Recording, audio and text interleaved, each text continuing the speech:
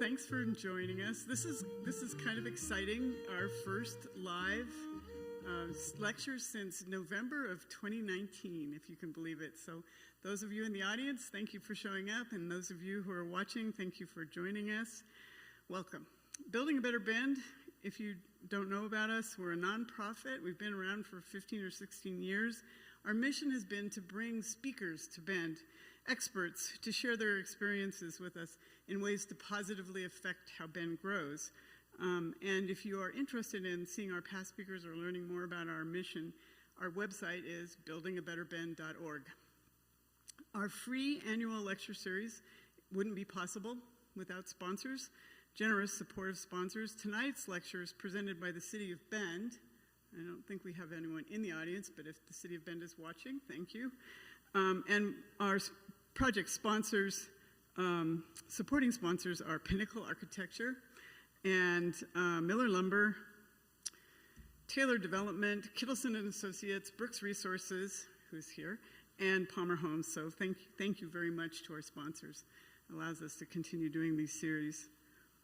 So tonight's lecture, the last couple of years have really put a spotlight on a lot of issues. And one of them is how inequitable our planning tends to be, how inequitable our development has to be. And there's been a lot of interest on how to change that. A more equitable approach to planning, designing our cities, requires a different process for public engagement and thinking about how communities track both past trends and understand the existing conditions and how we define our priorities. And so we're certainly feeling the effects of inequality in our own community, and we're really pleased to have Jay Renkens join us tonight. And I've known Jay for quite a while and worked with him on a number of projects. I'm particularly excited to have him here. But for the last 3 years, Jay's worked with the City of Charlotte, North Carolina, to develop a new kind of comprehensive plan to develop equitable growth and development in the community for the next 20 years. And it resulted in something called Equitable Growth Framework. It was built on the foundation of an equity atlas. And an equity atlas has kind of replaced our existing conditions analysis and looked at socioeconomic characteristics across neighborhoods and looked at the contributing factors to differences in affordability. It looked at displacement, public investments, private development, and access to things like goods, services, and amenities. And Jay's a leader in urban planning and design with over 17 years of national experience working for and with municipalities and developers of all sizes. Those of you who remember Bend's UGB urban growth boundary expansion efforts, 6, 7, 8, I don't know how many years ago that was now. Jay was pivotal in providing us with some of our really thoughtful planning documents. So while researching health and motivational theory, he was struck by the significant influence that the environment has on people's choices and their behavior, and he sought to shape environments for the better ever since. Although his original studies are behind him, they still form the lens that Jay uses in taking a holistic approach to optimizing the social, economic, and physical wellness for the greatest number of people. And he's striving to help communities rethink typical planning approach to more meaningfully integrate equity, diversity, and inclusion, and to address the unintended consequences of things like gentrification, such as displacement and loss of culture and authenticity. So following the presentation, there's going to be a chance to answer some questions, both in person and via the chat function on the live stream. And so we'll do that. And in the meantime, I'm looking forward to hearing about Jay's work in Charlotte and how we might be able to apply some of those principles here in Bend. Come on up, Jay. Okay. All right. Good evening. Thanks everyone for coming out tonight. I really appreciate it. And for anyone who's online, appreciate you as well. So I lived in Portland for about 12 years. I moved to Denver, Colorado in 2014. And in 2016, we were fortunate enough to be selected to develop the city's update to Blueprint Denver. Blueprint Denver is the city's transportation and land use plan. So they did a comprehensive plan in 2001. In 2002, they decided to do a transportation and land use plan, a really deep dive in thinking about how different areas should grow, some areas shouldn't grow, and ultimately came up with a framework that was called the Areas of Stability, Areas of Change framework that's used pretty prevalently now in a lot of different communities. In essence, the idea there was that they wanted to focus growth in areas of change and protect those areas of stability. A lot of that was driven by older neighborhoods, older residents, and it was a pretty simple construct. They wanted development to happen. They just wanted to make sure it happened in the right places. And so when we started the 2016 update to Blueprint Denver, we were looking at, was it effective? Did it actually put development in places we wanted it to and protect those places that we didn't want it to go? And so we looked at building permit data. It was one of the first things that we did. And if you looked at just building permit data, you'd think, well, a couple neighborhoods that were particularly identified close in to downtown, Low-High, if you've been to Denver, maybe you've been to Lower Highlands, the Highlands neighborhood. Looked like it was a success. People were moving there based on the building permit data. When we took a little deeper dive, though, we saw that, we said, well, it doesn't seem like there's that many new units. This seems a little out of proportion. And in fact, there was a lot of demolitions as well. And so there's a lot of scrapes and builds. And so the net increase in the number of units was actually pretty minimal. Then we took a closer look at population. And the actual number of people per housing unit had decreased to the extent that there was actually a net loss of population, a net loss of population density in these areas that were targeted for change, targeted for growth. And so we said, well, what happened? What did we do wrong? Not us, but as a community, what did we do wrong? And ultimately, what we realized is that some people had sort of thought of this as, well, for the sake of progress, for the sake of change, for the sake of revitalizing our city. It's just some casualties that we have to overcome. And I think we might have thought the same way if we hadn't dug deeper into the data. Next slide. We've also been really fortunate to do a lot of work in San Antonio, Texas. We started their comprehensive plan in 2014.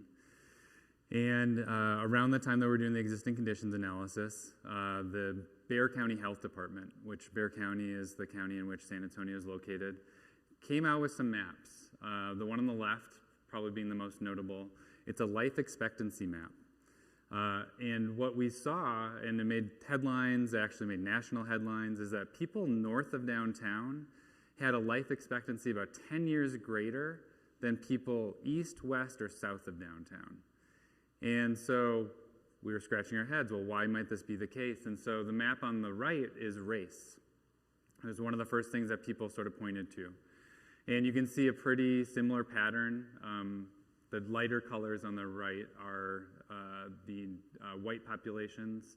Darker colors are non-white populations by census tract. And as we looked deeper into that, we thought, well, maybe income is a correlate. Well, not necessarily, because the closer you are into downtown, the more expensive real estate is. We took a little deeper look yet, and we were hearing anecdotally that schools were a driver.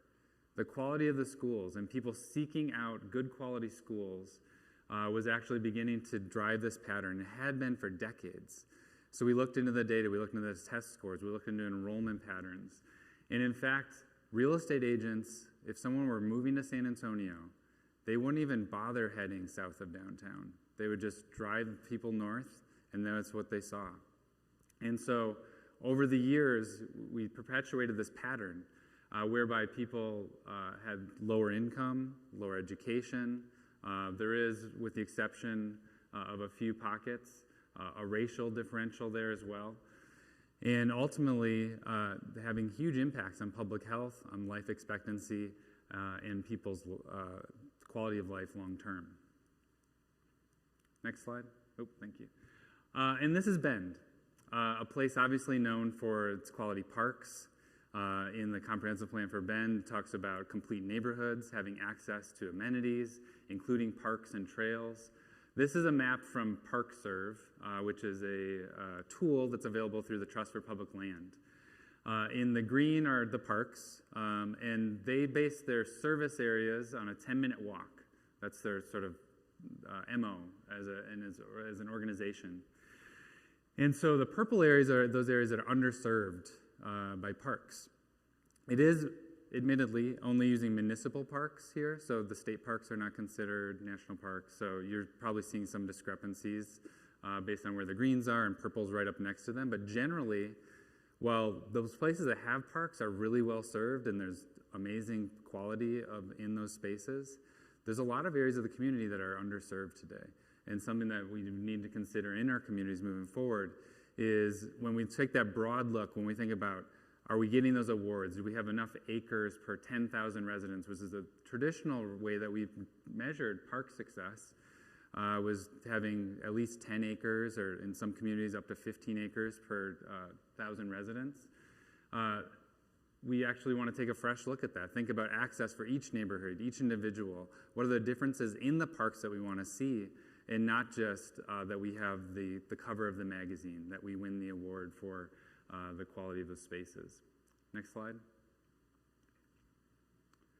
Which brings me to Charlotte, North Carolina.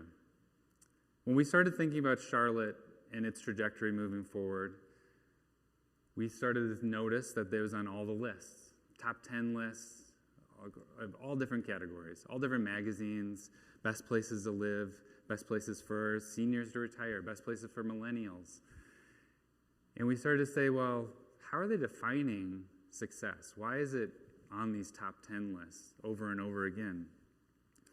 If we measure by the number of cranes, by the square feet of space, the number of new housing units, a great success. But who are these shiny towers serving? Who are these new retail spaces really catering to? Is it equitable? Is it serving the longtime residents of Charlotte? Next slide. If we measure by population growth alone, or maybe by the segment of the population that is so sought after, the millennials, Charlotte would be considered a great success. But what is this influx of population, the influx of income doing to the quality of place and quality of life in Charlotte for those longtime residents? Next slide. If we measured by ribbon cuttings of signature park spaces in really prominent locations where we can host college game day on Saturday, which actually did happen a few weeks ago in this space, Charlotte would be deemed a huge success. But what are we doing for folks outside of the downtown area? What are we doing for areas that have parks that haven't seen investment in 20, 30 years? Next slide. And what if we measured by high-capacity transit with high ridership? A great success. But the alignment of these rail lines, the station areas, all align with areas that were already wealthy, that were already well-educated, and some of the highest percentage of white population in Charlotte. Next slide. So if we want to consider business as usual as a definition of success, we're just going to perpetuate the disparities and inequities of the past. If we want to think about a place that's more inclusive, a community planning approach, an approach to our cities, our communities, that has more diversity, has more equity, more opportunity, then we need to rethink business as usual, and we need to rethink how we approach the planning process. Next slide. So in Charlotte, redlining has huge impacts. I think most people are familiar with redlining, and there's been well documented in recent years how inequitable banking practices, lending practices in particular, really contributed to racial segregation and disparities across our communities. And more importantly, and most evident in Charlotte, disparities and inequities in how we were able to create wealth, generational wealth. And so there's a term called upward mobility. And that's basically the probability that if you're born into a certain economic class, that before you die, you move up at least one economic class. Charlotte, of the 50 largest cities in the country, actually is the worst in terms of upward mobility. So, in other words, if you're born in poverty in Charlotte, you have an 80% chance of dying in poverty. Next slide. So this map, although some different colors on it, actually mirrors the boundaries on that redlining map. So the city, about 10 years after these redlining practices were so prevalent, began actually codifying it even further through the zoning.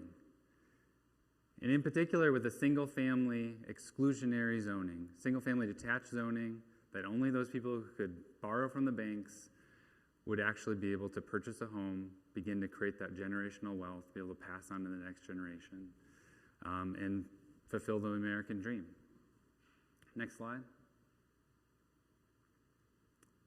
And then there's urban renewal. The few places where these people of color, where these people who are struggling to somehow get a loan, to purchase a home, to start a business, to create a quality community for their people because they were excluded from other places. Urban renewal came in and said, well, that's blight. It's not shiny, it doesn't have as many trees as some of the other places. And so they were displaced. And for what? Next slide. In the second ward of Charlotte, for civic buildings and government campuses, because the blight was unsightly. And it was in a prominent location where the wealthier neighborhoods had to travel through to get to jobs in the uptown core. Next slide.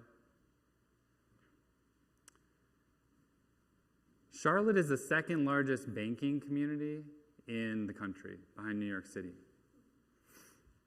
So there's no shortage of wealth in Charlotte. The banking community actually started to focus on reinvestment in Charlotte in the 90s, late 80s, early 90s.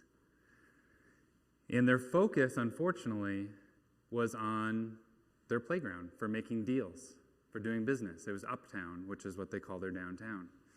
And they focused on having a skyline that would rival these other communities, other banking centers in the country, internationally, and having a thriving downtown core.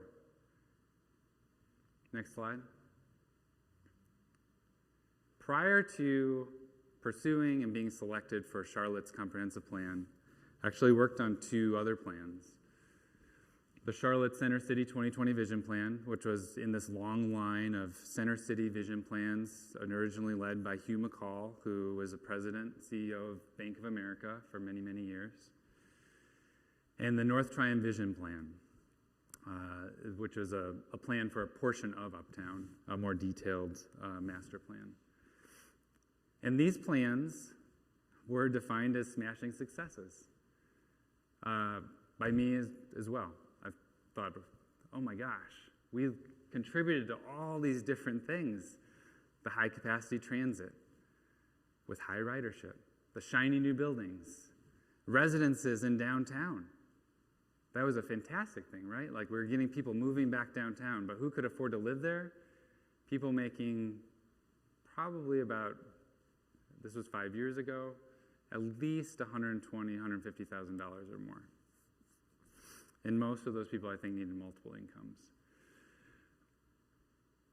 And so we contributed unknowingly by defining success in the same old way, by trying to attract any development, no matter what the cost, by not thinking about the true users of a space and creating spaces that were for the entire community. We perpetuated business as usual. We contributed to disparities and inequities. Next slide.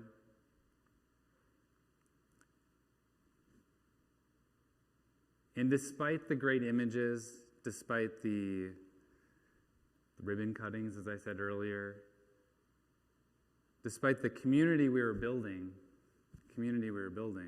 it wasn't for the real Charlotte community. It wasn't for the people who had lived there for generations, the people who had struggled. It was only for an elite few. In many, many cases, it was only for new residents. Next slide. So I mentioned we were selected to lead from the consulting side, the development of Charlotte's first comprehensive plan in nearly 50 years. The last plan that they did was in 1975. And they had done a growth strategy around 2010 that had some poorly defined amoebas on a map, the centers, quarters, and wedges plan, which provided a little bit of growth guidance.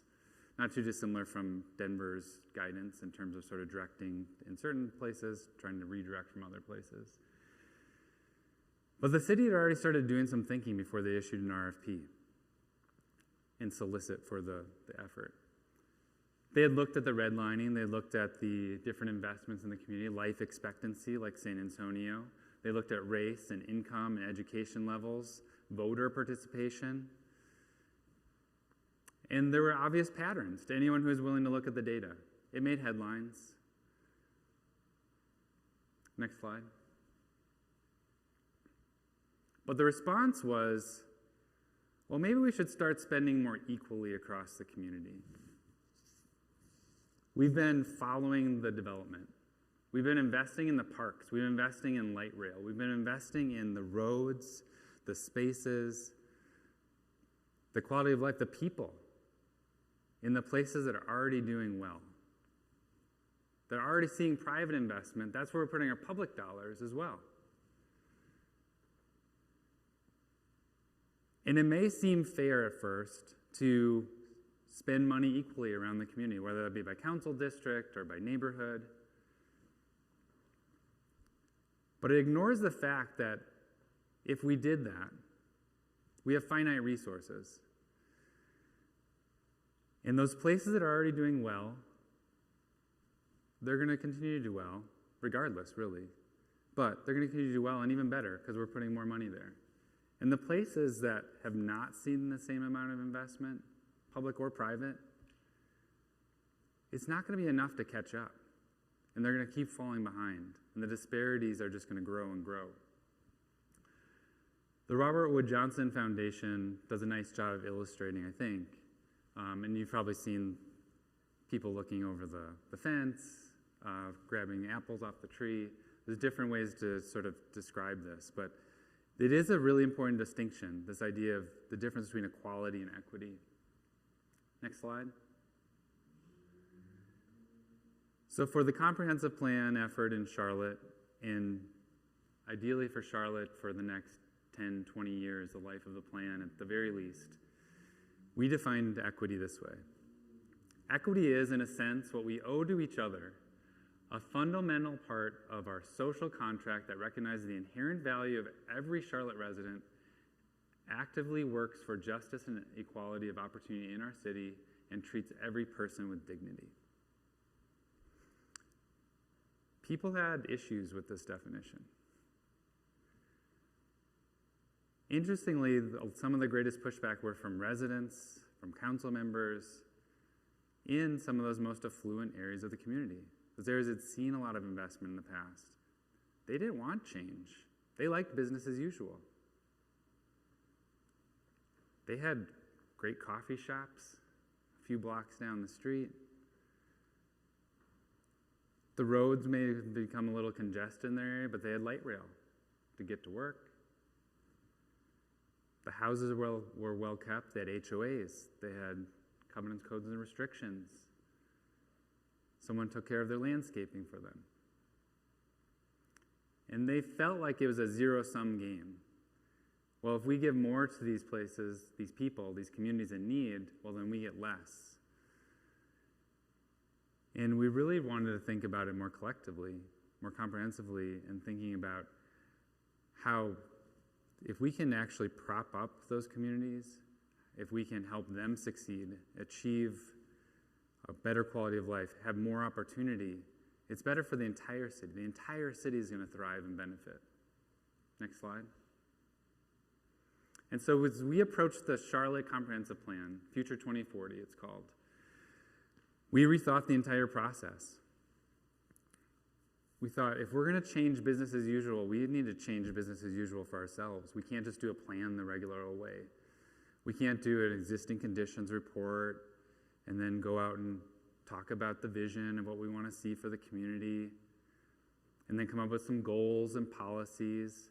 We did all those things, but we defined each step of the process through what we called an equity lens. And so APA, the American Planning Association, in 2019, so it was around the time that we actually published the Equity Atlas, published their Equity in Policy Planning Guide. And they have a key tenet in there, which is equity in all policies. So we adopted and adapted that sort of approach and talked about equity in all phases and tasks of the process. Next slide. And so there's two parts of phase one here, but every phase, and so I'm going to focus on phase one with the Equity Atlas, kind of where we started off, because that's where your community is at now. But each step of the process really took this equity approach. Next slide.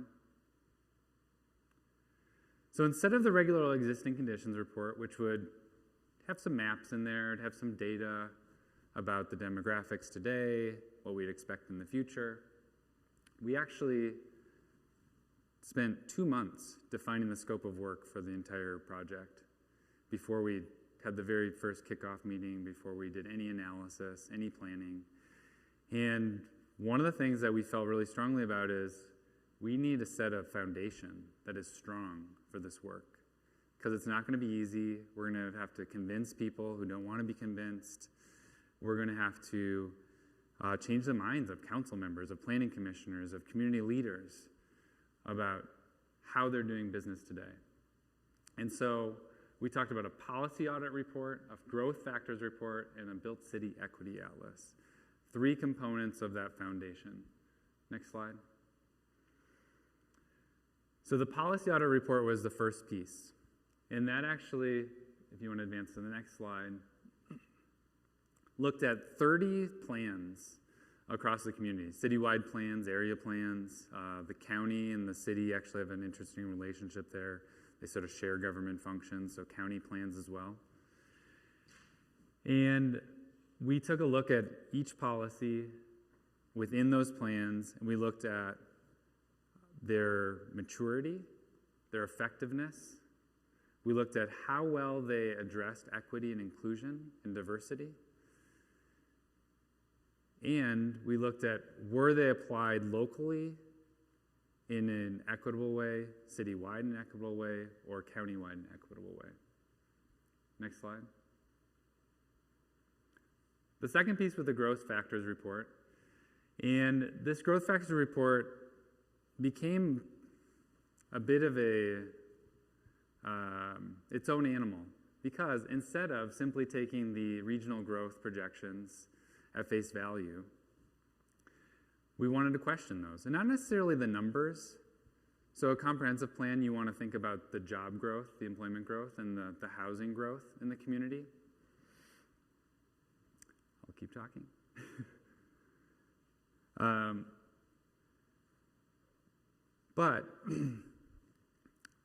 So normally that's given to you by either the state demographer, the regional government, and so what we did is not so much question their numbers, but questioned, or didn't treat those as monolithic assumptions.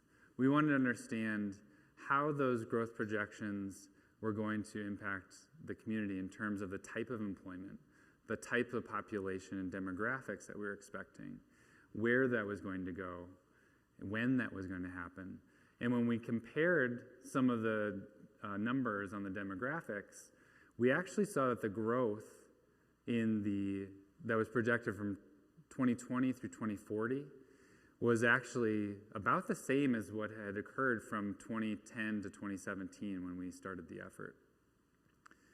We also saw, by looking at peer cities, that there was actually things that we could learn. There are communities that were 5, 10, 15 years ahead of Charlotte's trajectory of growth, that had done some things right. They had made mistakes in their own opinion. We did interviews. We did a lot of case studies. And so we looked at these comparable cities in terms of how that growth had impacted areas that had been prosperous areas that were actually in relative despair in certain cases, or had a lack of investment. And we're able to take some of those messages, some of those lessons learned, and carry that forward. Which brings me to the next part of the existing conditions, which is the equity atlas, which is the third piece, which is kind of the focus of the discussion. I wanted to give you that context, though, because the equity atlas alone really doesn't paint the whole picture of our existing conditions and provide that foundation. And so when we approach the equity atlas, we'll just get caught up here.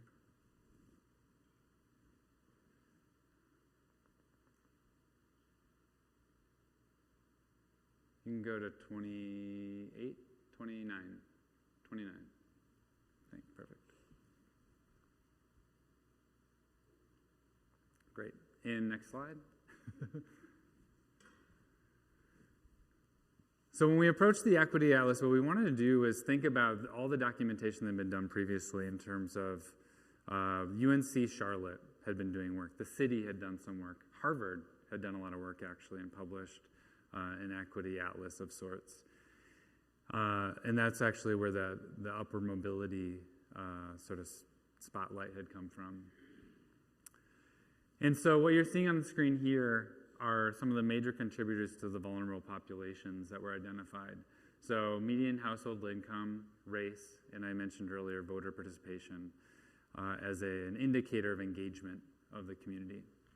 Next slide. It had been well documented. There was a very distinct spatial pattern within Charlotte. I just showed you a few with San Antonio. Here, it was referred to as the wedge, being the southern portion of the city. So extending from uptown, heading south. That's where the light rail was first built. That's where we have our most affluent population, the wealthiest population, the best educated population, and no surprise, the highest voter participation. And then the wedge, or the crescent, being the areas to the west, north, and east. Next slide.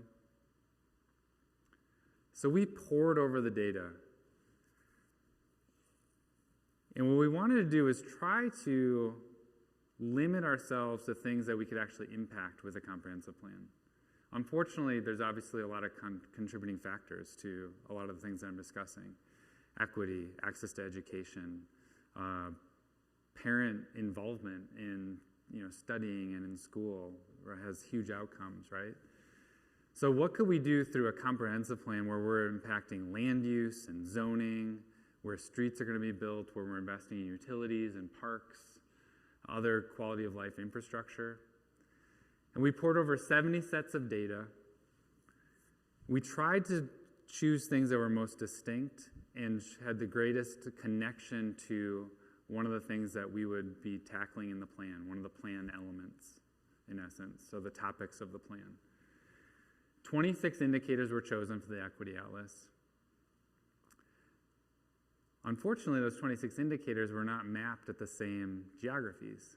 We had point data, we had polygons that were as small as a block. There was census data that had block groups and census tracts. We had zip code data. There's no defined neighborhoods in Charlotte, interestingly enough.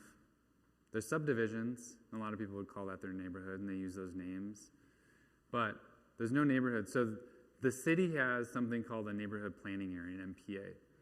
And so there's about 300 neighborhood planning areas. And we really wanted to focus then on public and private investments that had been made over the previous several decades. Next slide. So some of the data, and this is just one example, household investment. Did people paint their homes without a permit because they don't need one? Of course. But more sizable investments in their homes, most people do pull permits. The majority, I know there's some people who do not. So we looked at the arc and the wedge. And this is one of those data points that actually mirrored that vulnerable population pattern that we saw, right? So we have the dark wedge at the bottom, we have the light wedge on the top. So in essence, that means that in the wedge, we had 819 renovated homes in the previous, I think it was year, and 664 homes in the arc, although it's a much larger area. Next slide. We looked at things like emergency services. And here, yeah, there's a difference between the arc and the wedge, but you can see that there's no distinct pattern around the arc or the wedge. Here, and we found this with a lot of data points, it actually had to do more with proximity to the center city. So you can see a radial pattern. If you blur your eyes really well, you can see a radial pattern where we have the darkest in the middle, then we have the medium blues, and the lightest colors on the outside. Next slide. As we were discussing with the community, we heard a lot about access to employment. And it had to do with education, training, job skills match. It also had to do with transportation, where the jobs were actually located. And so we started with one of those key indicators of vulnerability and looked at the arc and the wedge. So the arc, this area here, 26% of people had a bachelor's degree or higher. In the wedge, 60% of people had a bachelor's degree or higher. In the wedge, there were more jobs than qualified applicants. In the arc, there were fewer jobs than qualified applicants. And when we look at jobs per acre, even though this is a much smaller area of the community, there's about the same number of jobs in total, meaning that there's 4.8, almost 5 jobs for every acre in the wedge, only 2 jobs per acre in the arc. And so these people who are already struggling are having to travel within the community in some cases, sometimes from out of the community for employment. Meaning that their take home is less, meaning that they're spending less time at home, the ability to have a second job is less. Next slide. We looked at commercial development. There's a sense that the wedge was getting a lot of new investment. They were getting new restaurants and shops, new office buildings in some cases. And it was interesting. This is the commercial buildings, just the total square feet. And so it's not an investment in 2018, it's the total square feet in these areas. The wedge, interestingly, didn't have a whole lot because it was mainly residential. And so they had the means, they had the time in some cases to travel other places to get those goods and services. There's a lot of subdivisions, a lot of gated communities. When we brought up this idea, and I'll show you the goals of the plan here in a few slides, of a 15-minute neighborhood, a 10-minute neighborhood, having things close to home, goods, amenities, and services, they were actually in opposition. They thought that if they had those amenities close to their neighborhood, close to their subdivision, well, that would draw other people to their subdivision. But nonetheless, we had 2,379 commercial square feet per acre in the wedge, and only 1,758 commercial square feet per acre in the arc. And so there is a disparity. It just is not nearly as a discernible pattern as some of our other maps. Next slide. We did look at the new development in the commercial as well.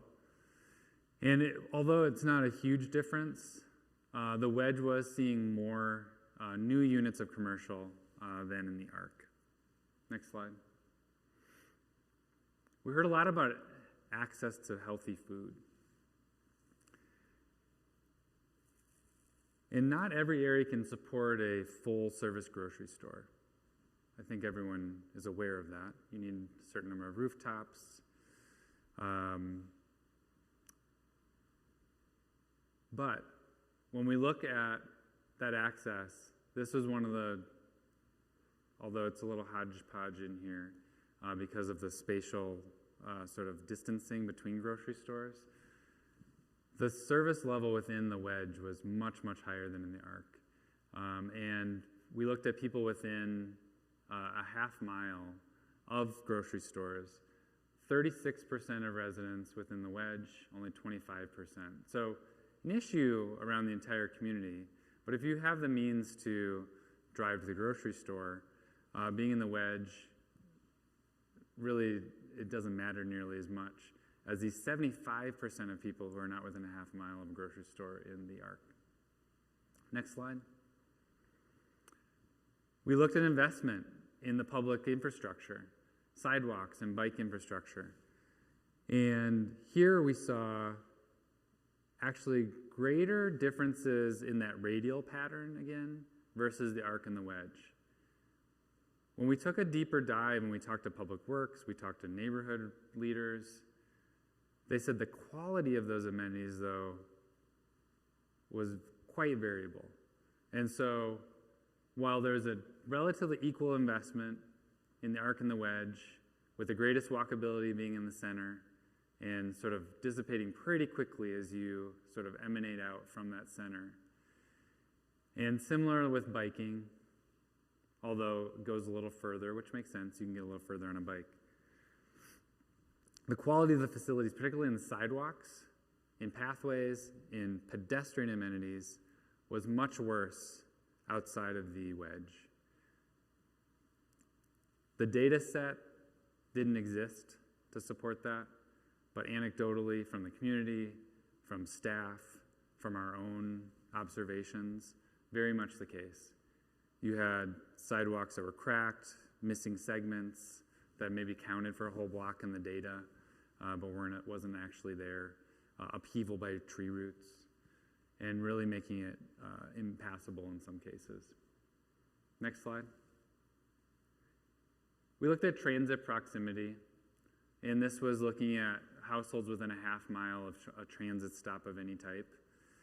And I don't think this is too surprising for a community the size of Charlotte, which is about 800,000 people. They have a pretty robust transit system, and the places in need generally have good transit, or maybe I should say it this way. Places with a population density supportive enough of transit have pretty darn good service. Next slide. And then we looked at proximity to parks, trails, and greenways. And this one was really interesting. I mentioned the NRPA standards earlier, the National Recreation and Parks Association. They talk about how many acres you have per 1,000 residents. Charlotte is actually kind of off the charts when it comes to this, particularly when you look at larger communities. But that's just looking at the total number of acres dividing by the population. When you start to map that out, you see a combination of the wedge and the arc, the radial pattern. This one really came down to almost a neighborhood by neighborhood distribution. And for a variety of reasons, we found out. It had to do with what era the neighborhood was developed in, what the city's standards were at that time, what the developer's vision was. Did they want to create a place, create a community, or did they just want to make a buck? Had to do with the infrastructure getting to the parks. In some cases, you've probably seen the diagrams where as the crow flies, it's a half mile if you're just to draw a straight line. But if you're actually trying to walk there, bike there, or even drive there, it could be 3/4 of a mile to a full mile to get there. So a lot of disparity when it came to parks, trails, and greenways. Next slide. And so through the Equity Atlas, it did show a lot of support for the disparities in the arc and the wedge, based on race and income, education level, voter participation. And those things that really jumped out at us, if you want to advance to the next slide, actually. Being most different was that vulnerability to displacement. Things that have shown a real correlation in communities across the country: income, race, ethnicity, education level, and engagement. Job skills match huge disparities in the arc and the wedge. And so in the comprehensive planning effort moving forward, we really thought about where are we locating employment, what type of employment, what type of job training, and trying to partner with the school district as much as possible, and schools at all levels, in fact, to improve that access and create opportunity. Residential renovation we mentioned, which we interpreted as both the means as well as the commitment to the neighborhood and to the community. Size of commercial space. And then what was the most similar between these areas?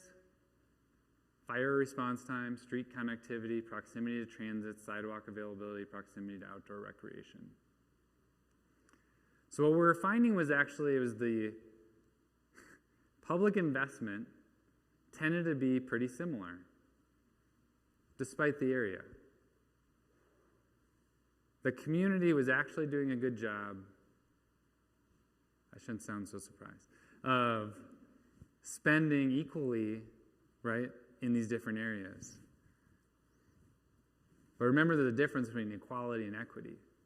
So when it came to the policy that was guiding the private investment across the community, there was great inequities, contributing to poor job skills match, contributing to gentrification and displacement, contributing to a lack of access to commercial space, to healthy food in a lot of these areas. Next slide. So we brought all this information out to the community in a lot of different ways. We had videos, we had games, we had meetings with big poster boards and presentations, and really wanted to just sort of paint the picture for them and let them know that this feeling that they had in their gut was real, that there were disparities, that there were inequities, and there are things that we needed to rethink, re-envision. And so what did we hear from them? They wanted to address these disparities head on. They wanted to ensure all parts of Charlotte benefited from the growth. They wanted to keep and create a variety of housing that was actually attainable for residents. Focus a good portion of the growth in mixed-use centers and along transportation corridors. It's a pretty common refrain, wanting to retain the character, the feel of our neighborhoods. We'll create safer and more accessible transportation infrastructure, create more places that are walkable and bikeable, support upward mobility and access to and a diversity of employment options, and then thinking about implementation tools and strategies so that we don't just say it and put it on paper and have it in a plan and it's never realized. That we actually think through the tools now as a community in partnership with the city, the county, private entities to make this a reality. Next slide. So we talked to over 5,000 people through the planning process, and there were 4 guiding principles: being authentic, equitable, integrated, and resilient. There are 5 vision elements, inclusive and diverse being the most important of those. Next slide. And that resulted in the equitable growth framework for Charlotte. It was based on 10 goals. Next slide. Each of these goals, if you look at them, and I won't explain each and every one, but I'll provide a couple examples here, our approach to the equity lens. And so, for instance, the 10-minute neighborhoods was about creating access to amenities, goods, and services for every Charlottean, no matter where you are in the community. That can look differently, right? Like, we're not trying to create a cookie-cutter solution and sort of, just kind of paint by numbers. Every neighborhood looks and feels the same. We want to celebrate diversity and uniqueness. And so the provision of healthy food is going to look different in different neighborhoods. It could be different brands of grocery store for sure, but grocery store, it could be a mobile food truck, it could be a community garden. But how are we providing those good services and amenities? And we identified 7, I'll show you in a second. Neighborhood diversity and inclusion. We actually had 2 housing goals, which I would highly recommend you consider here in Bend. One was about the housing options and housing supply. So I fully understand from a macro and microeconomic level, housing supply has a lot to do with affordability, right? But we also want to make sure that we are actually accommodating different households, different family makeups, different stages of life that you may be in. And Charlotte has a lot of walk-up 3-4-story apartments and a lot of single-family detached housing. Not a lot in between. They're missing the middle. And so this was really about the macro look at increasing the housing supply and making sure that we had a diversity of housing options. Then there's the housing access for all, which is about affordability, attainability. Some of those same strategies, principles, objectives apply as goal number 2, but really saying that these are both so important that we're going to call them out as separate goals. Transit and trail learning. Development is about access and equity, making sure that people who rely on the transit, trails, if they're able to walk or bike to work, to their goods and services, can live near there. Safe and equitable mobility, looking at multimodal, different types of mobility, and so on and so forth as we go through the list. Next slide. So the Equity Atlas, interestingly enough, normally I do existing conditions mapping, and it's sort of, you document it, and you're like, we're done with task 1. And then you revisit it at the very end when you're putting in the plan, and you create a synthesis, a summary. Here, people kept bringing up these maps, the Equity Atlas, and how are we responding to the lack of employment on the east part of Charlotte? How are we responding to the disparities that we're seeing in access to healthy food? And so we actually developed then the equitable growth framework based on 5 key equity metrics. One was the vulnerable population overlay, which we first were looking at the vulnerability to displacement, which a lot of communities have. We did it in Denver. Portland has the vulnerability displacement index. Seattle. But what we found is if we were looking at anything beyond housing, it actually has the same characteristics contributing to the vulnerability. And so we called it the vulnerable population overlay. Because when you look at environmental justice, you look at access to employment, those same people who are most vulnerable to being displaced from their home also have the least opportunity when it comes to employment. They have the least opportunity when we're looking at access to amenities, goods, and services. And they're the most vulnerable when we look at environmental justice. Next slide. And so the vulnerable population overlay was based on poverty rate, educational attainment, race, and age. And that is, in fact, those same indicators, with the exception of age. We added that in this later phase. That generates that arc and wedge pattern. How we approach that data difference in terms of having point data and different geographies, we created a grid within the community, and so all of the maps you're going to see in this section are based on that grid. And what we did is we looked at this overlay and overlaid it on our other indicators. So next slide. The first of which was access to essential amenities, goods, and services. Extremely closely linked to goal number 1, which was the 10-minute neighborhoods. So what are the greatest needs and issues? We actually worked with the community through focus groups, through meetings, online surveys to identify this list. And it's going to be different for every community. But in Charlotte, it was proximity to child care and early childhood education.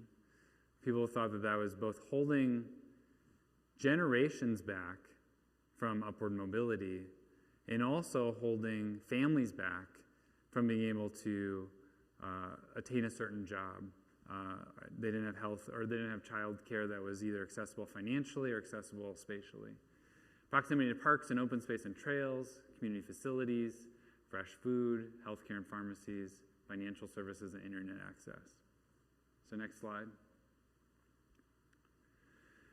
So we mapped this, and this was one of these because there's such a diverse set of indicators.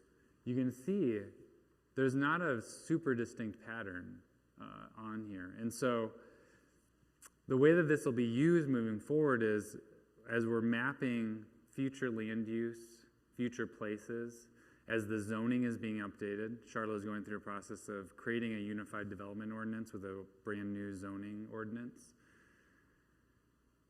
Looking at these places that don't have access today and providing the zoning, providing the policy, an equitable growth framework to support the development of these amenities, goods and services.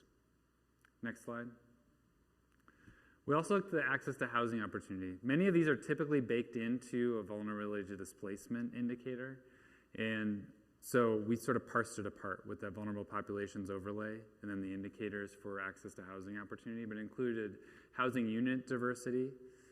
So what were the types of units? Was it a detached single-family home? Was it an attached single-family home? Apartment, condo? Housing cost, housing size, so how many bedrooms? Looking at subsidized housing, tenure, renting or owning, and then the level of reinvestment. Next slide. And here there is a pretty distinct pattern again, mirroring the arc and the wedge, which surprised a lot of people.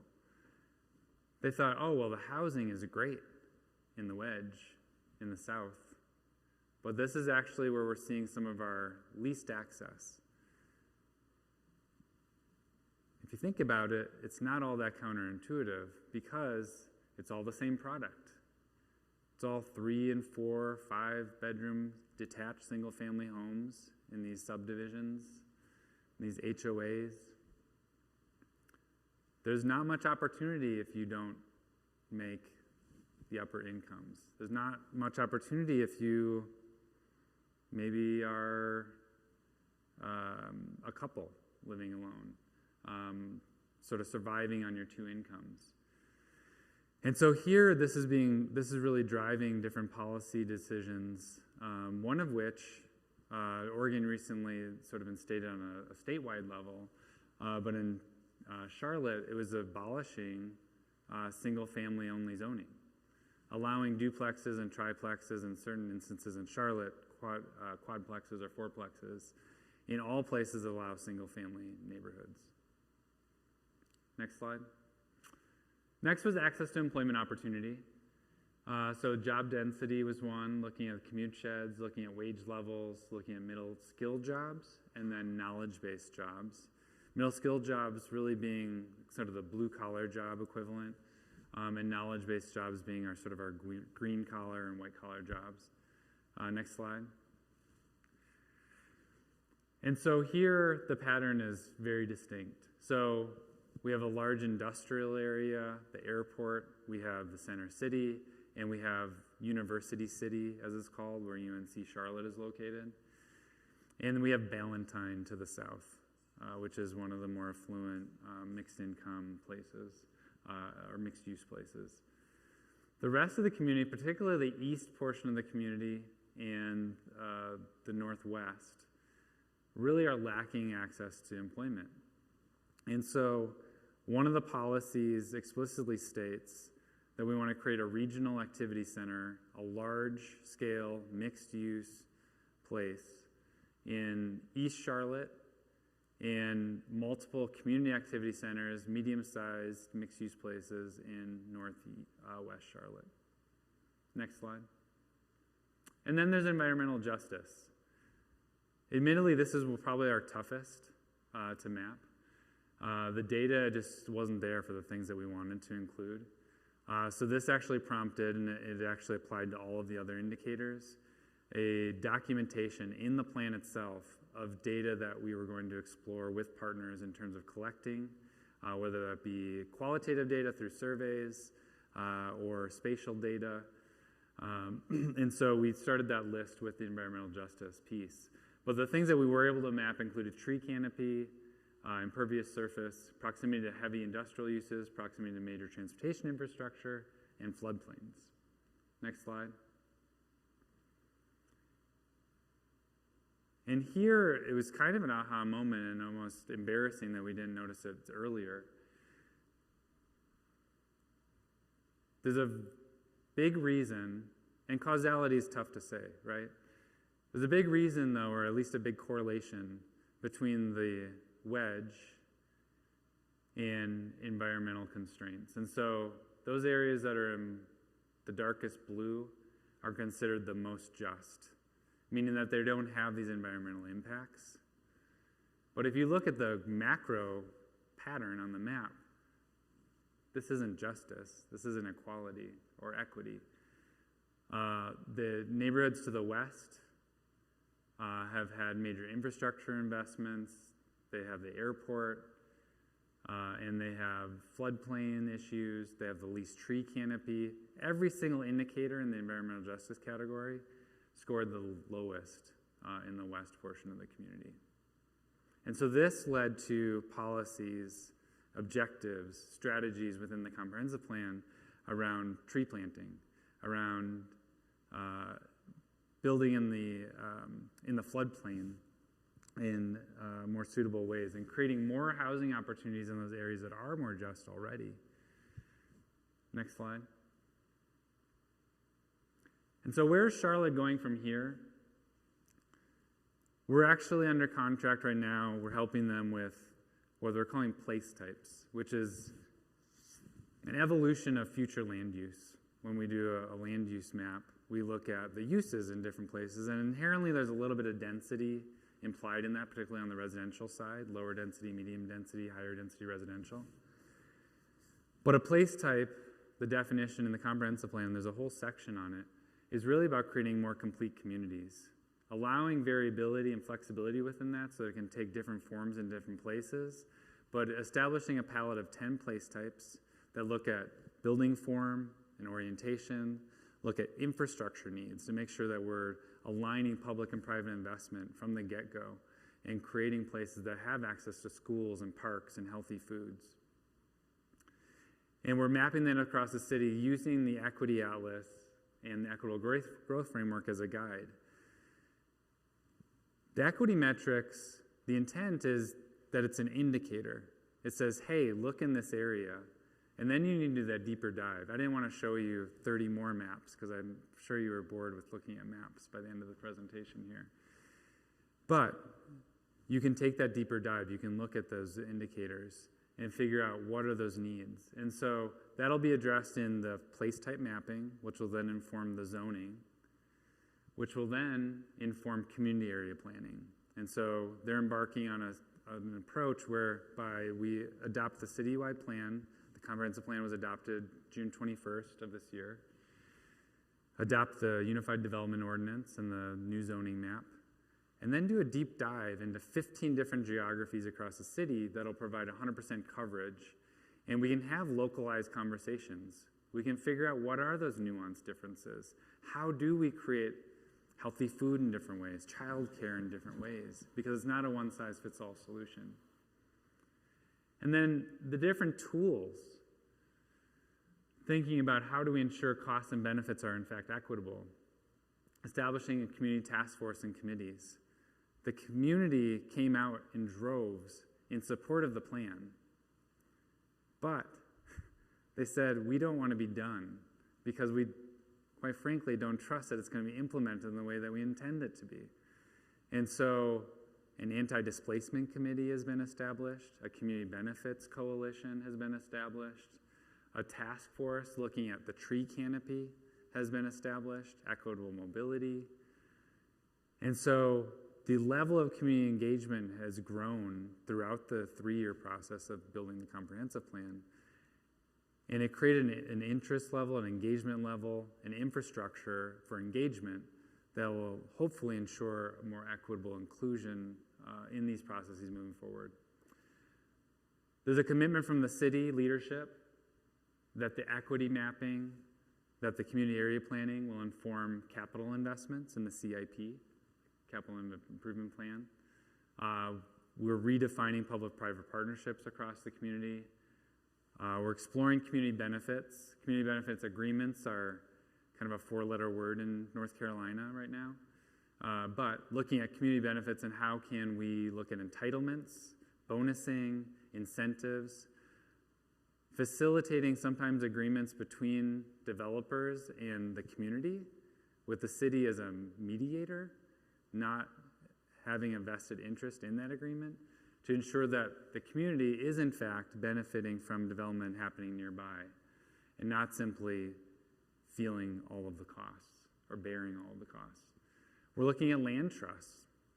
One has been established along the new Silver Line alignment, which is being designed right now, which is a new light rail running east-west, connecting those people who have lower access to employment, who have less equitable mobility, and looking at how can we ensure that the people who need those transit investments most are not pushed out of those areas where the investment will be made. I mentioned the neighborhood coalitions already, and then also organizing districts and business organizations in a more meaningful way. Next slide. So where do we go from here, thinking about planning and thinking about equity in my profession and a few of the other folks I know in the audience, and all of you caring about your community and communities in general? One is integrating new data. So I mentioned that list of data sources. Very important. We want to collect data on all sorts of things. But one that we're seeing emerge, we've actually integrated in some projects that we've been doing recently, and we're seeing used really effectively, as cell phone data. And I know there's privacy issues around this, but there's a lot of companies now who are sort of playing in this space, and they're looking at how people are actually using transit, using bike facilities, using parks. What are the demographic makeups of those populations? What are consumer preferences? We also may be able to use smart city data in more effective ways, particularly as there's more sensors in the rights of way, utility data around water usage and that sort of thing. Then we want to determine ways to measure other important factors.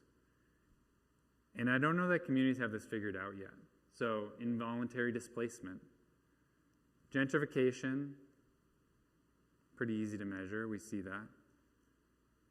The number of people leaving a community, sometimes we can have a good indication. But are they doing it by choice, or are they being forced out? In Charlotte, they're talking about doing it won't be a door-to-door survey, but a survey of the population, and doing this on an annual basis to start to collect this data. I think it's probably an effective way, but is there a better way to measure things like involuntary displacement? We also want to look at factors contributing to displacement of businesses, not just about residents. We're displacing businesses. We're doing work in Boulder, Colorado, up the road from Denver, and they're talking about how it's all going to chain restaurants. And the reason is because the pricing is pricing out those local businesses, those local entrepreneurs. Looking at post-occupancy opinions and behaviors, and I put post-occupancy in quotes, because it's really about making sure that we have the flexibility and nimbleness, that just because we spent 3 years on a plan, it's not going to be perfect. We need to be able to adjust. We need to course correct. We need to be able to understand how are we actually impacting the people who live, work, and play in these areas. And then prioritizing goals and objectives. You probably noticed on the list of 10 things, you probably noticed in the 5 equitable growth metrics, they don't all play nice together all the time. And so how do we talk to the community? In Charlotte, we're talking about in this community area planning approach about what their priorities are. Do we weight them differently? Do we put certain things above others in different areas? So it isn't a one-size-fits-all solution. And then how do we create more dynamic and accessible dashboards so that this information isn't just informative during the planning process, but it is in fact informing daily and weekly decision-making for our elected leaders, for neighborhood groups? And how is it guiding budgeting, policy decisions, and program development moving forward? Next slide, I think, is the last. So with that, I want to thank you for your time and welcome any questions or comments that you may have.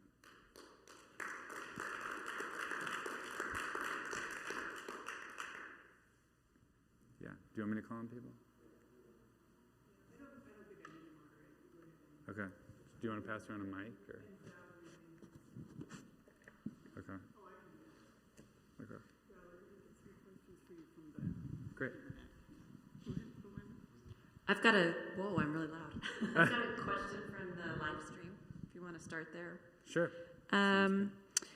What drove Charlotte's decision or desire to do a deep dive into this equity? Did it come from council, staff, community? Can you talk a little bit about that? What drove it? Yeah, absolutely. So the city was actually first just going to update the Unified Development Ordinance. And they started to go down this path of creating a new zoning ordinance, new zoning districts. And people became very fearful. And it was everybody. It was the development community, it was the affluent population, it was the lower income populations and neighborhoods. And so that was kind of contributing factor number one, just in terms of doing a comprehensive plan in the first place. They said we need a vision. We can't just sort of translate our existing zoning to a new zoning, not knowing what the impacts are or will be. The second is probably, to answer the question most directly, is that there was a lot of planning beginning to be done on the west side. So Charlotte also has streetcar. It runs east and west, or generally east-west. They have a skewed grid in Uptown. East-west along Trade, and then there was an extension being planned for the west side. The west side, as we saw in all of the different maps, is disadvantaged in so many different ways. And so it actually started there. They started to really band together as a community and call for more equitable growth and wanted a broader look. And so as the city staff in particular, but then sort of brought it to the elected leaders, appointed leaders, started contemplating doing a comprehensive plan, they said that it really needed to have this equity focus. But when we stepped in, as it was defined in the RFP or request for proposals that consultants respond to kind of work on these projects, it was one of 5 pieces. So it was an equitable city, a regional city, a mobile city, or connected city. And we pitched that it needed to be a part of all of these different pieces, and the city and the community ultimately, although they weren't part of the selection process, I think really embraced that. And that's how it became an equity lens on everything we did. Go back to the beginning when you talked about a social contract. Yeah. Because I think it's at the core of this, and I think this is really smart. Here in Central Oregon, we've got a significant, and to me, a social contract implies a community where people care about each other's well-being. We've got a significant part of the population, anti-maskers, anti-vaxxers, who are making it real clear they don't give a damn about their neighbor's well-being. And I wonder how that's going to affect our community and other communities' ability to be able to embrace this kind of thing. Yeah. Well, I guess what I'll say is I agree with you. There is an assumption. In the case of Charlotte, one of the things I left out around the adoption of the plan, which was, as I mentioned, in June of this year, they actually planned a 6-month review and adoption process, which is, if you've tracked along with planning processes, that's pretty darn long. Usually, in most cases, it's a month, 2 months, kind of driven by the noticing requirements, the process of going through a briefing and a hearing with Planning Commission, with City Council. And so at the outset, in that chartering, we called it project chartering up front, where we're talking about the scope and the schedule and the engagement process and how we're going to kind of rethink this whole thing. We talked about a 6-month process. Well, that turned into 8 months because the council was divided, which was representative of the larger community. The plan ultimately passed 6-5. And at first, I was almost heartbroken, right? Like, I mean, I was happy that the plan passed, of course, and was adopted. But I've been very fortunate. I'm used to plans where, let's say it's a 10-person council. It's, 8, 9, 10 people in favor. Because we've done that work, we've done the legwork. We tried to do that in Charlotte. We tried to have one-on-one meetings. We had individual neighborhood meetings. The staff worked tirelessly, going to community groups, responding to emails, having so many different ways for people to respond. We used like the 311 where they could call in, they could email. We had a virtual open house platform that we developed just for that. The online plan that they could respond to. And the community was ultimately divided.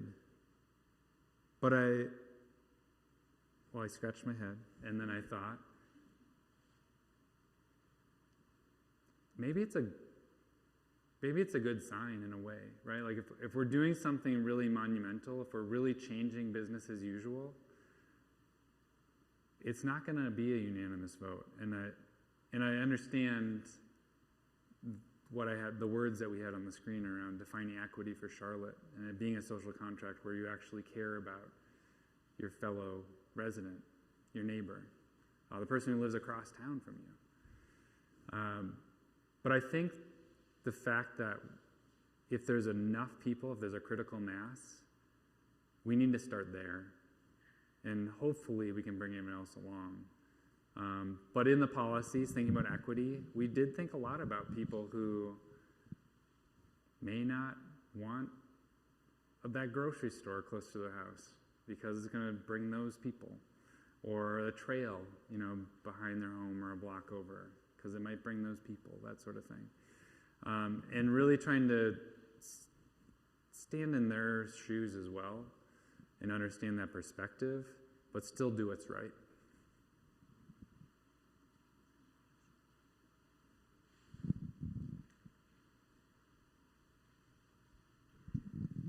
Hi, thanks. I just was real curious if you analyzed any data set on the age of a neighborhood, the actual physical age. And if you did, was there any correlation to your wedge and arc? And if that happened, what you make of that? Is that predictable or even across different cities? Yeah, absolutely. I think not too surprising. We did map, so yes. First answer is yes. We did look at the age of communities and when development occurred. And it was one of the major indicators that hadn't really been, it's sort of obvious in a lot of cases. Development tends to start in the original downtown core and then emanate out. Charlotte is that way.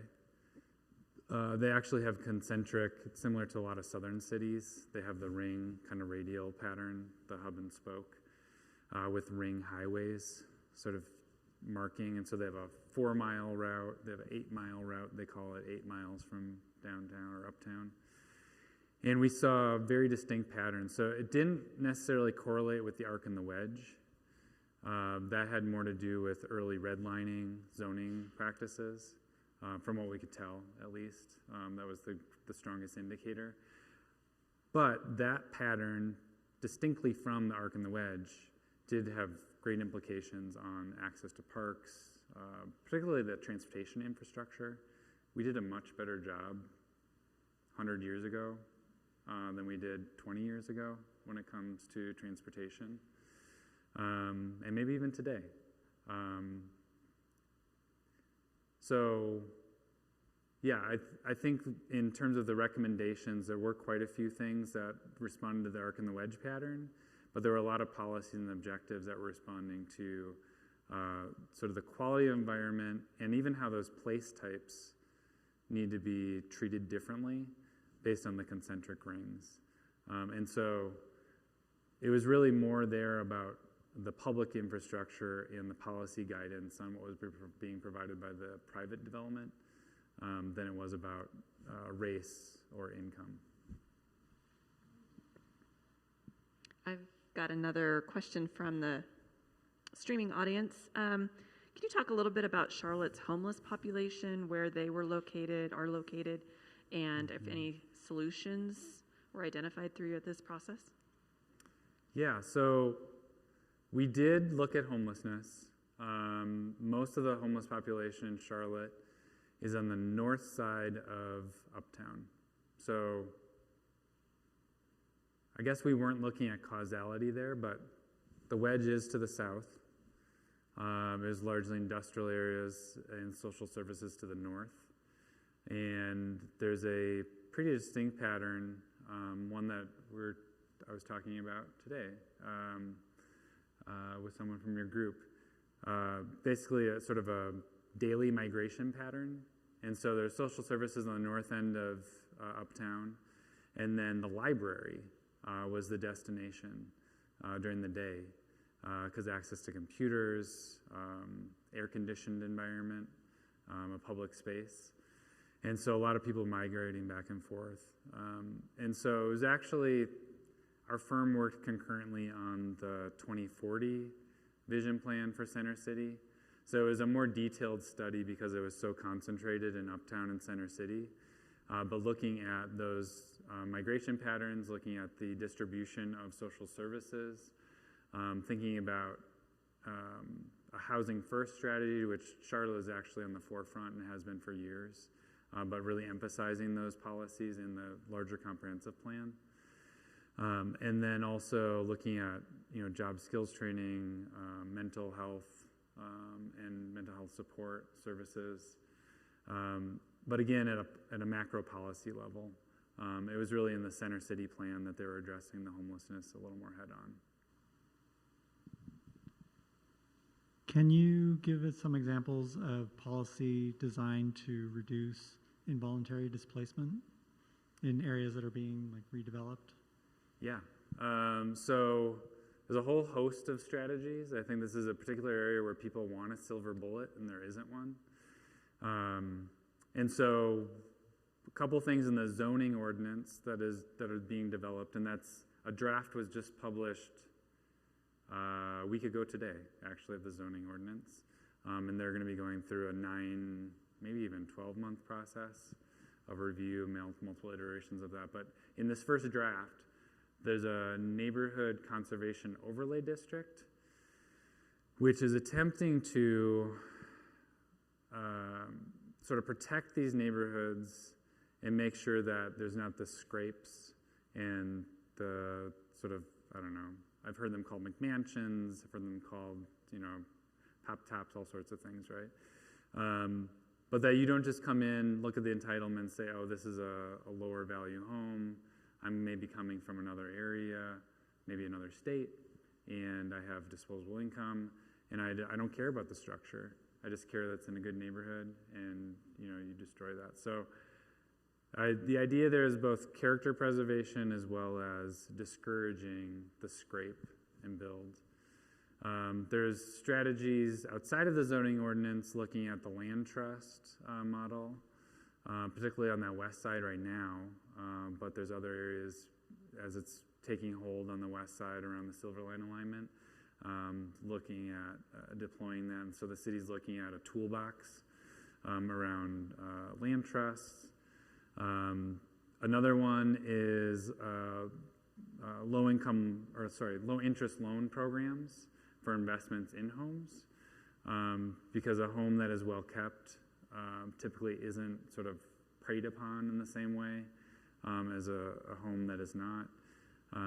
Those are just a few examples, but there is as a comprehensive plan, there's high-level guidance provided. The housing sections are, I think, probably 8 pages in total, right? So a goal, a page of objectives, and then 3 or 4 pages of strategies and policies for each. So there's a much more detailed effort to update the housing policy in Charlotte. So, but those are a couple. Another question from the live stream is, what are you most excited about? What solution do you think would have the greatest impact from the framework that you're excited about? Ooh, that's a good one. Well, the goal to be achieved, which is a little bit of cop-out, I'm just giving myself a little bit of time to think about it. The goal to achieve, I would say, would be the 10-minute neighborhood. Because the 10-minute neighborhood, what we've actually done, I've mentioned these place types a couple times. We've actually looked at the equitable growth framework. We've looked at place-based policies. So we did a scrub of the entire plan and looked at any policy that could be mapped that had a spatial implication, and we tied that to the place types. And we created a set of patterns. You may have heard of like a pattern book before. Instead of an architectural pattern book, it's really about a place pattern book and looking at a pattern of development that can deliver on these policies, on these equitable strategies, on opportunity, as I've talked about, for housing, employment, for access to goods and services and amenities. And so if we actually are able to map those patterns appropriately across the community, then we could guarantee people have access to housing, opportunity, and amenities, goods, and services. So that would be the goal that I would prioritize the most, would be the 10-minute neighborhoods. The one strategy that I would say would have the greatest impact, I honestly think is a more equitable versus equal deployment of public resources. I think really focusing on those neighborhoods that have been overlooked since the original construction, and investing in those places, not because there's brand new development going there, or new residents, moving in from out of state, or second homeowners, or whatever it may be, but because those places deserve it. Those places have not seen the same level of investment. They don't have the same access. They don't have the same level of amenities, same quality of life, and investing in those places. So there is a goal 10 on that list. I don't know if people noticed, was I believe it's equitable and resilient fiscal policy, like a responsible fiscal policy. The major policy move, we identified 1 to 2 big policy moves in each of the goal categories. In the fiscal responsibility, sustainability category, it was spend more than 50% of public resources over the next 20 years in those areas that are most vulnerable.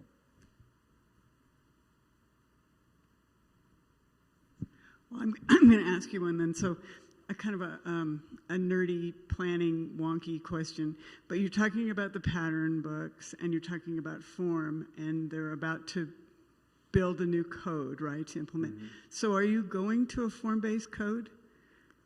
So our firm's not working on the code piece of it, but we're working with those folks quite a bit. So it's kind of a hybrid code, which is pretty common these days. So very heavy emphasis on the form, but with land use tables and sort of looking at, by right uses, conditional uses, all that sort of thing by form. The idea, though, is to have, without mapping everything as mixed use, allow a greater mix of uses, a greater diversity of uses, as long as the form and orientation. I think that's probably the bigger thing. It's not form on it is form on a site, don't get me wrong, but it's more about the form of an area and making sure that the pieces fit together, and we don't have, which has been happening in a lot of communities. We can't keep up with the development as cities, as planners, as consultants, as neighborhood groups even. And so we've had development happen in ways that are very disjointed and disconnected, and maybe everything's even all commercial or everything's all residential, but they're physically not connected to each other. They don't look alike. There's no central organizing element. There's not a school that people are organized around, or a grocery store, or a park. And so I think that's probably the biggest innovation in the code, in addition to a unified development ordinance where you're putting all the tree ordinance and the subdivision ordinance and everything in one package. But I think it's this idea that the disparate pieces, the individual developments, the little moves are adding up to something much greater. than the sum of the parts. I got it. Thanks, Valerie. Jay, thank you. So some of these things that you've mapped out are planning kind of oriented, like where trees are, and city controlled, and some things are more market controlled, like where the jobs are or where the commercial buildings are. So with regards to the things that are city controlled, I can see how a study like this translates into action in terms of what the city can do. But where they are market controlled, like where jobs are located or where commercial space is located, how do you go from the plan to a meaningful difference in reality? Yeah, great, awesome question. So lots of data, lots of mapping beyond what was presented this evening. A really important component is actually one of our partners on the project, a firm called Economic and Planning Systems. We do a lot of work with them. They were looking at market conditions. They did a market analysis, land suitability analysis. And so that's informing the work in a couple of different ways. One is, and I've found this over the course of the last 17 years in the profession, housing, this isn't like a hard and fast rule, but housing, you can allow it somewhere and it'll happen at some point, particularly in today's market. But like generally, if you say housing can go somewhere, it will go there at a certain point. Employment, much, much harder, right? So there's a lot of different factors contributing to that. Co-location, access to transportation, visibility, access to the job force, right? And so in our work, we've through the policy development and including the comprehensive plan itself, identified varied strategies to address some of those gaps. So it's not always we're going to wave a magic wand and create an employment center in the area where there's a gap. In many cases, it is about access in terms of mobility, and so or training and that sort of thing when there is close proximity already. But looking at different ways to address the issue. And then the second piece of that is really informing that place type mapping that I was talking about, thinking about those patterns of development and understanding that we can't just put whatever pattern we want anywhere. It doesn't work that way. And so we want to think about what would the natural trajectory be, and we've actually mapped a status quo scenario or business as usual scenario based on the policy prior to the comprehensive plan being adopted. And then we're shaping that. We're not ignoring it and just doing whatever we like willy-nilly, so that we have the perfect, euphoric, the city plan. We're looking at those market indicators where there's market support and then sort of nudging it in certain directions and realizing that in certain cases it may be actually creating a new regional employment center. We think that there is market support for that on the east side of Charlotte. In other cases, it may be allowing live-work units in a particular area and having workforce training and support for small businesses. In other cases, it may be investing in light rail and other micromobility, options to be able to get to work. So I think it's a great question. One of the things that's tough about it, I think, is the planning horizon being 20 years. We're really trying to respond to market conditions, but we may have another pandemic. We will likely have several more recessions, right, in a 20-year period. There may be differences in preference in terms of employment and housing, which influences employment. So I think that's the toughest part, and that's where I was getting at I think it was the very last slide, having that nimbleness to respond. And so we're working closely with economic development in City of Charlotte, and they've identified corridors of opportunity where they think there are these opportunities to rethink the employment or add employment and that sort of thing. they're looking out 3 years because they say anything beyond that is a waste of time. So hopefully we're providing that longer term kind of policy guidance, doing that in a way that's really thoughtful and responsive to the market and not just trying to put things wherever we like. And then working with partners to deploy that in the short term. How can the city add employment? Oh, so the city it's the kind of the normal couple-pronged strategy. Economic development. So the city's not, obviously they can create jobs through city government, but the actual creation of jobs, to your point, there's a couple different ways to do that. One is to incentivize the growth of new businesses and small businesses.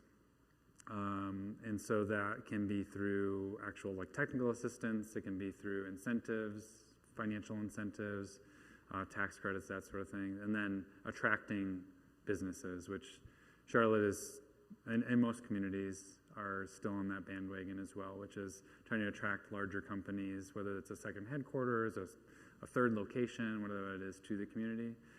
So that's really the emphasis. Those two, that multi-pronged sort of approach is what the community is doing, or the economic development department is doing. And then through the zoning, I think it's being thoughtful about where we would like to see it happen and enabling that. But to your point, just because you say you'd like it to happen somewhere doesn't mean it's going to.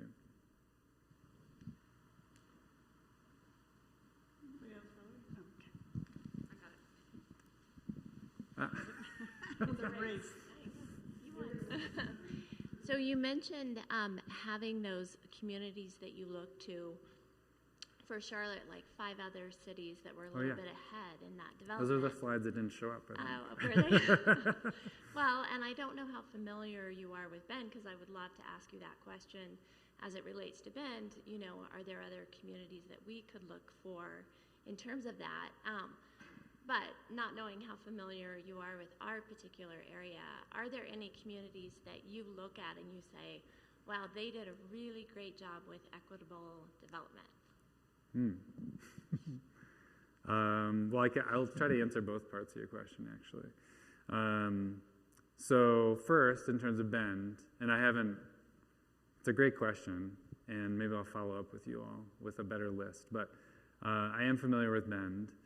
I used to live in Portland, used to visit here. I actually did some work here as well, about 6 or 7 years ago, I think it was.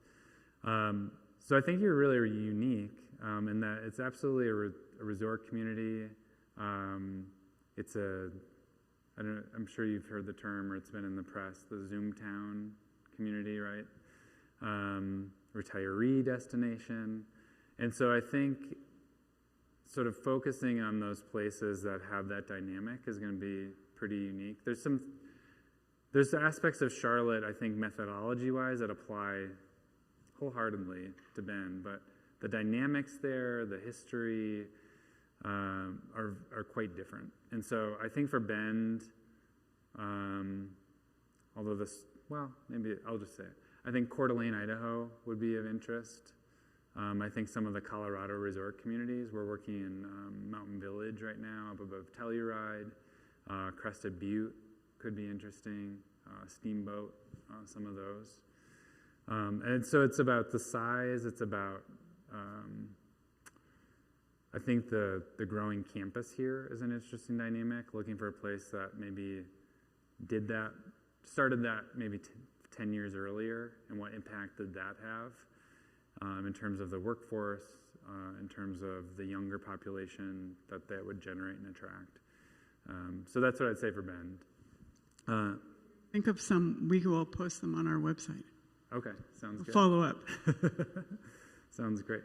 So places that have done it really well. I don't know that there's a lot of larger communities, at least, that have done it especially well yet at this point. I think everyone got caught off guard, honestly. I think coming out of the recession, there was a lot of planning being done, but it was planning to try to kind of jumpstart things, right? And so this is a gross sort of generalization, but it was like come one, come all. We want to see development. We want people to move to our community. We're seeing disinvestment. We're seeing the coffers, run dry. And then suddenly the private development community just went gangbusters. And the next 10 years, in essence, or in some places maybe 7, 8 years, have been crazy from a development perspective. And so affordability has gone out the window. We have not really been as thoughtful, I think, as we wanted to. I mentioned Blueprint Denver early in the presentation. They did that plan in 2002, the Transportation Land Use Plan called Blueprint Denver. It was a 20-year plan. We started the update to the plan in 2016, and right away, just looking at the numbers, looking at the growth, they had exceeded their growth population, or the growth projection already. And so they were kind of flying blind. Like those areas where the growth was supposed to go, there was no more room. And so it was impacting the neighborhoods, it was impacting those places, it was driving prices up. And then as we know, there's a national housing crisis on top of that. But so I don't know of a place that's doing it great right now. What do you think about Boulder? Boulder's one of my clients right now, but I will. So you can't talk about them? I'll tell you. So Boulder, I think, has a lot of lessons to learn, good and bad. I think from a affordability standpoint, it's not affordable. So Boulder, just to catch everyone up on Boulder, college community, about 20, 25 miles, maybe 30 miles northwest of Denver. And they established a green belt, basically, in a place outside of Oregon, probably the closest thing to UGB, urban growth boundary. Then they put a height limit of 55 feet.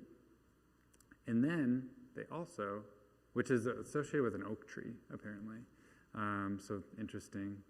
And then they put a limit on building permits. So you can only grow, the community basically decided to only grow by 1% per year. And so I don't know what the numbers are this year, but I looked at it last year, and the average sale price of a home was $1.3 million. And that average home is probably 50 years old, 3-bedroom, small lot, right? So it's not affordable. But when it comes to transportation, when it comes to attracting great jobs, they've done a lot of things well. I think because of the affordability, though, they are running into, which it's just overhearing some conversations today here in Bend, it seems like you guys are too, there aren't enough employees to work at great restaurants, at coffee shops, some of, sort of the, what we call them those middle skilled jobs. People can't afford to live here, and so they're moving other places. And in some instances, they're moving to places like Redmond, right? Like someplace nearby where you can still commute.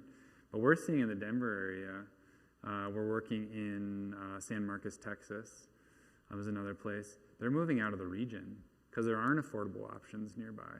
It's impacting everywhere. And so Boulder's running into that. The L cities, as they're called sometimes, Loveland, Longmont, Lyons, they're all sort of the surrounding communities around Boulder. They're becoming unaffordable now too. And so it's really this crisis in terms of having the way that I'm framing it, hopefully you understand there's a lot more nuance to that. It's not just about having people who can serve the people who can afford to live there, right? It's about a diversity of culture. It's about kids going to school with people who are different from them, and learning that, different cultural perspective. Boulder has done some things really, really well, but I also think there's some things to learn in terms of what not to do.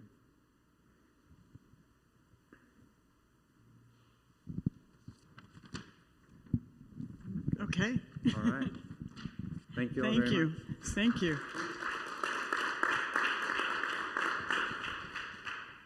Well, that gave me an awful lot to think about as a planner, and I imagine anybody who was listening. So, thank you, Jay. That's great.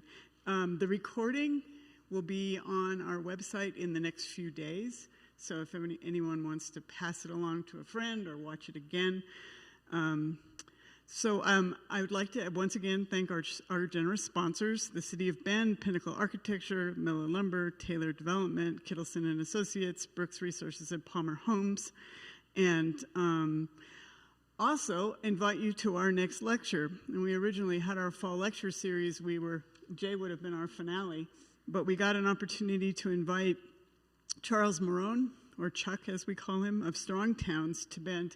He's on a book tour. He just published a book called Confessions of a Recovering Engineer, Transportation for a Strong Town. He's very entertaining. He's very challenging.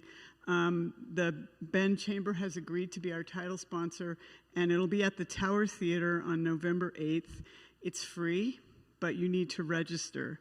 So a link to register is on our website, which is buildingabetterbend.org. Note that the Tower Theater requires a proof of vaccination or a positive COVID test. That's wrong. Negative COVID test within 72 hours for admittance. But we're really excited, and we hope that we'll get a good crowd with some provocative talks and questions. So thank you for coming tonight.